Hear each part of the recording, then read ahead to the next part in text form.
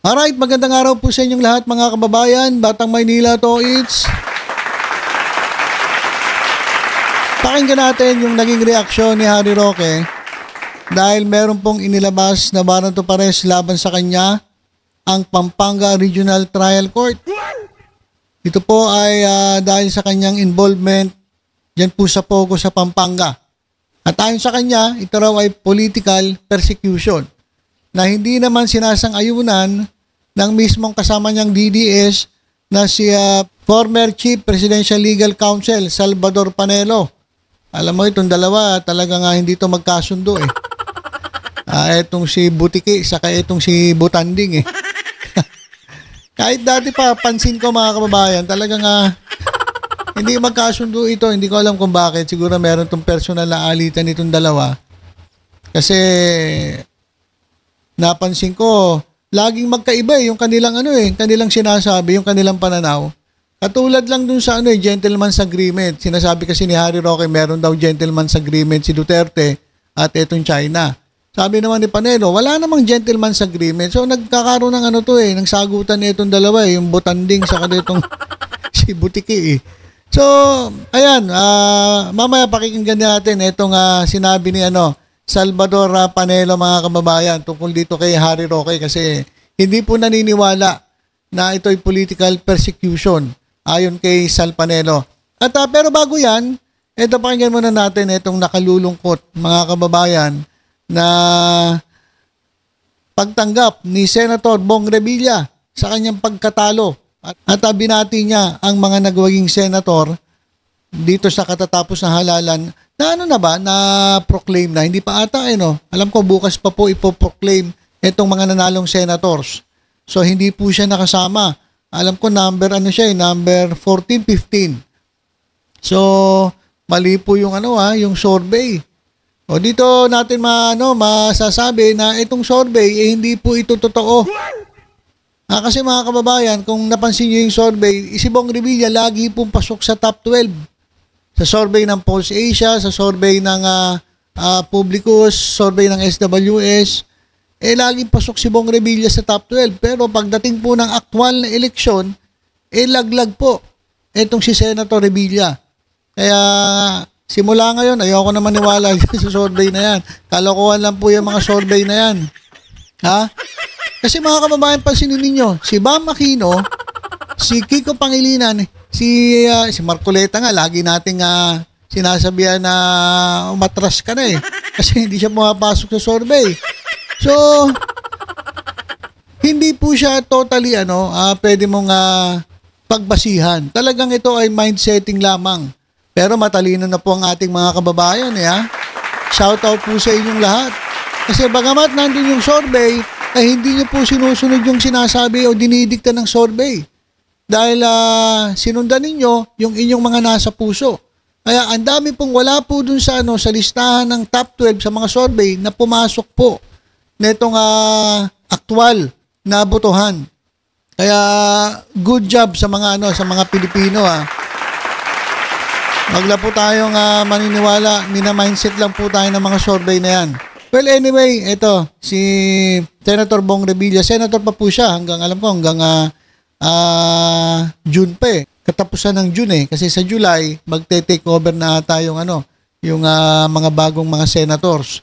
So, pakinggan natin itong si Senator Bong Revilla sa kanyang pagtanggap ng kanyang pagkatalo. Sabi niya, okay daw siya, pero halata namang malungkot siya. At nandyan po siya sa farm. Siguro, mangingisda na lang siya. Kaya, magtatanim na lang ng kamote. Papakinggan po natin si Senator Bong Revilla. Hello, good afternoon everyone. Hello, Sen. Dito tayo ngayon sa farm.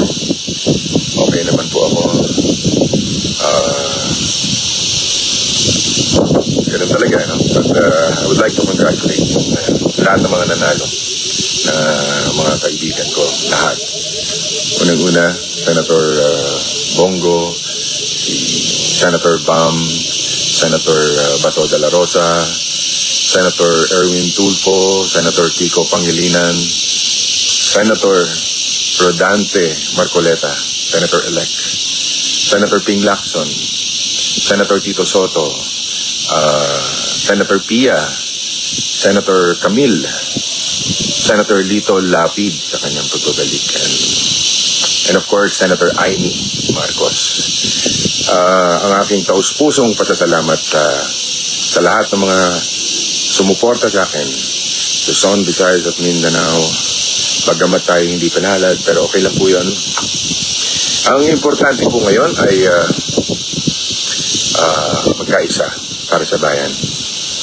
I-solve natin yung tunay na problema ng bayan. Sana magkaayos din, no?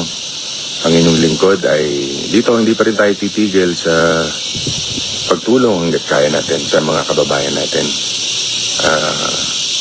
Basta tandaan nyo, mahal kayo ni Senator Bong. Kung ano man yung nangyari, tanggap po natin yan.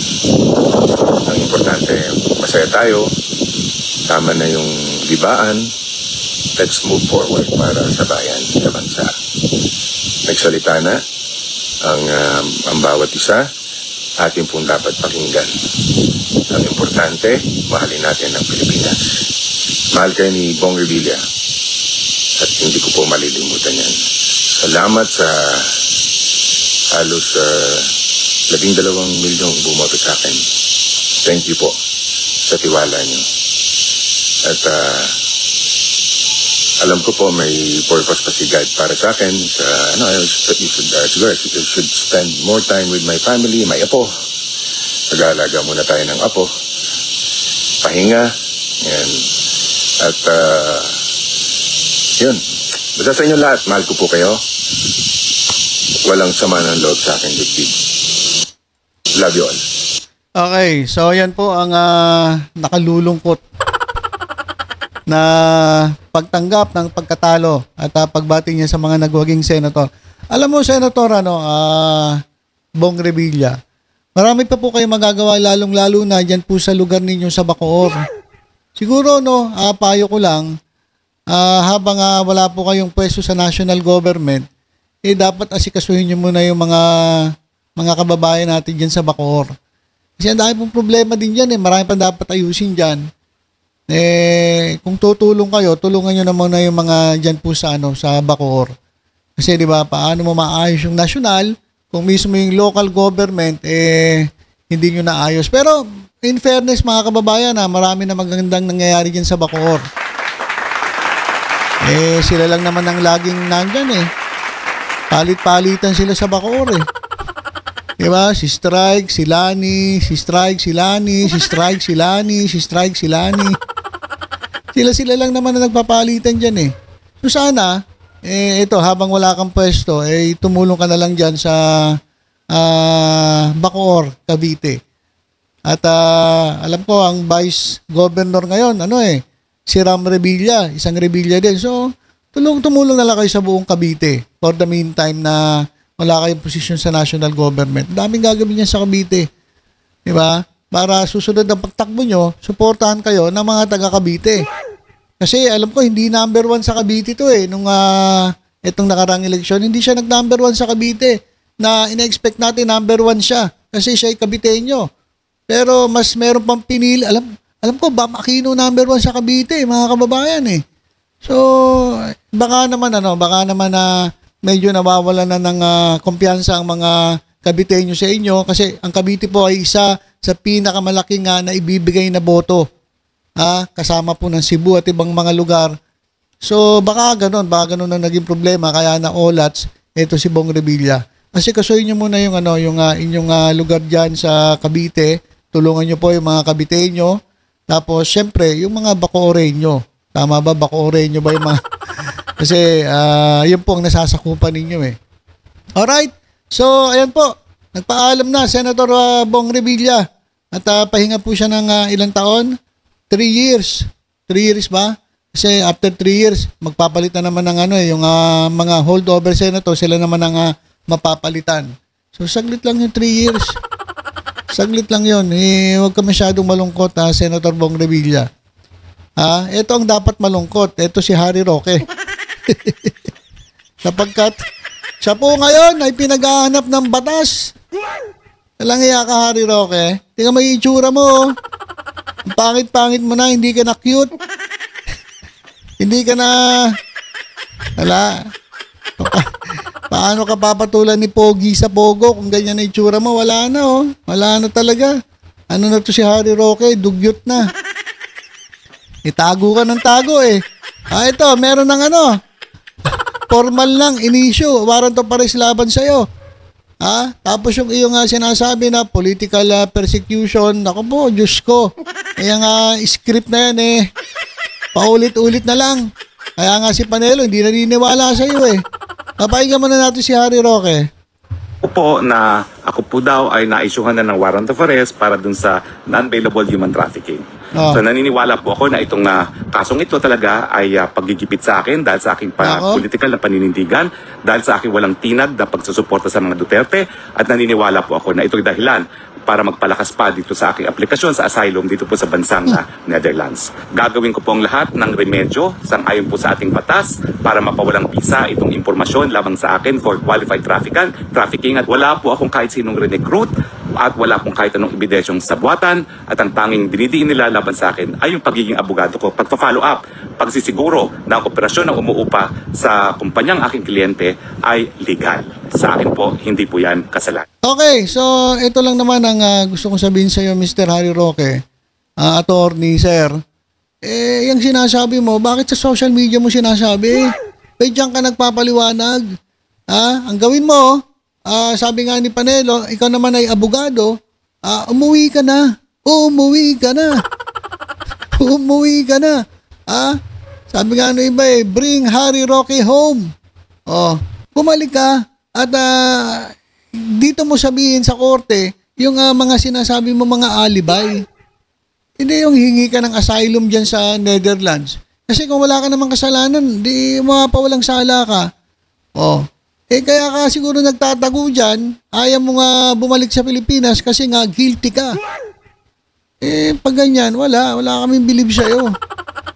Human rights lawyer ka, international human rights lawyer. Tapos ngayon, yung kaso mo, hindi mo harapin dito sa Pilipinas. Tapang-tapang mo dyan, pero totoo, duwag ka. Ang tapang mo lang kasi nagtatago ka dyan sa Netherlands dito ka humarap ka rito at harapin mo yung kaso mo. Ipagtanggol mo yung sarili mo. Ito, si Panelo, hindi naniniwala sa'yo Sabi ni Sal Panelo, kaibigan mo tong DDS to sabi niya, no, I don't think Harry Roque is politically persecuted. Hindi siya naniniwala na may political persecution. Kung ako sa kanya, abogado naman siya, harapin niya. Harapin mo, Harry Roque. Hindi yung tago ka ng tago dyan. Pakinggan natin si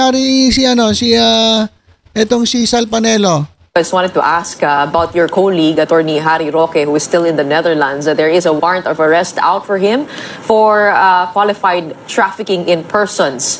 And he said that hindi siya mapapauwi hanggang walang desisyon yung kanyang asylum. Tama po ba yun? At ano pong should he stay outside the country? Well, kung ako sa kanya, since abogado naman siya, at ang demanda sa kanya ay isang crime, bumalik na lang siya at harapin niya kung totoo sinasabi niya na wala siyang kinalaman. Then, madaling mapatunayan yan. Kasi, in the first place, the burden rests on the prosecution. Kung hindi mapatunayan ng prosecution, sorry na lang, hindi siya makukonvict. I think ang problema niya, it's a heinous crime. Madaling sabi, hindi siya basta palalayain. Kailangan, kasi immediately, ikukulong siya. And he has to file a petition for bail. Pwede naman Pwede pahigagin siya ng petition for bail. At the prosecution will have to prove with strong evidence na guilty siya. Otherwise, i-release siya. Kasi kung hindi siya uuwi, yung tao, alam mo naman tayo mga Pilipino, pag hindi ka humarap sa akusasyon sa'yo, ibig sabihin guilty ka. Tama man o mali, yan ang perception. So makakasira sa kanya. So if I were him, umuwi na lang siya, oo. Pero sabi po niya, politically persecuted daw po siya, no? You don't agree? Mahirap. Alam mo, mahirap yung political persecution na sinasabi niya. Kasi, mismong galing sa bibig niya kasi, during the congressional hearing, lumalabas na talagang abogado siya. Marami siya mga contradiction and inconsistencies. Kaya siya na-demanda. Galing mismo sa kanya. So you don't agree that he is being politically persecuted, that there is merit to the investigations? No, I do not think so. Kung ako siya sa kanya, abogado naman siya. Umuwi na lang siya. Harapin niya. Okay, so yan po yung sinabi ni mismong kasamahan niyang DDS, si Sal Panelo. Hindi ka politically persecuted. Yung binibintang sa'yo, yung kaso mo ay galing mismo sa bibig mo. O kaya, ang gawin mo, harapin mo. Okay naman yung yung payo ni Sal Panelo. Abogado ka naman. Ang burden para patunayan ay nandun sa prosecution. So, kung hindi nila mapapatunayan yung binibintang sa'yo, edi, absuelto ka. Kaya ang problema kasi dito, mga kababayan, ayaw po makulong. Kasi unbailable eh. So, ang mangyayari, siya po ay ikukulong agad. Pagkatapos nun, kinakailangan niya mag-file ng petition for bail na ilang siguro, abutin ng mga ilang buwan.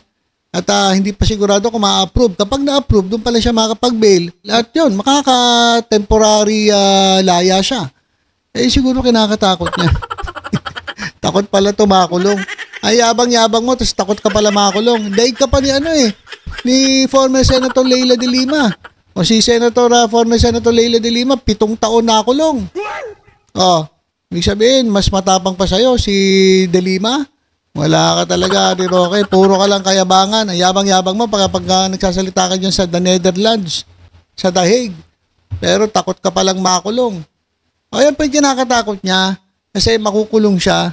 At pagkatapos nun, natalo siya sa kaso, ituloy-tuloy na.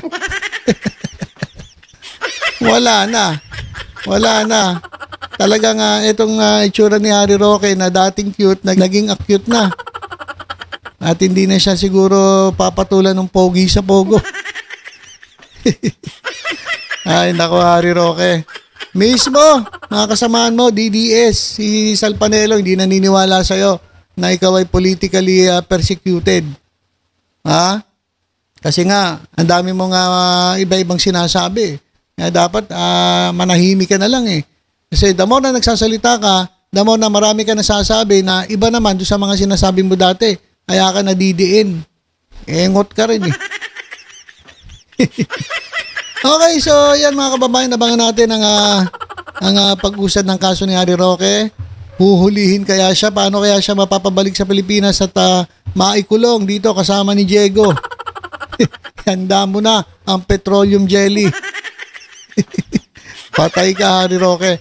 At dito naman kay Senator Bong Revilla, sir, okay lang yan.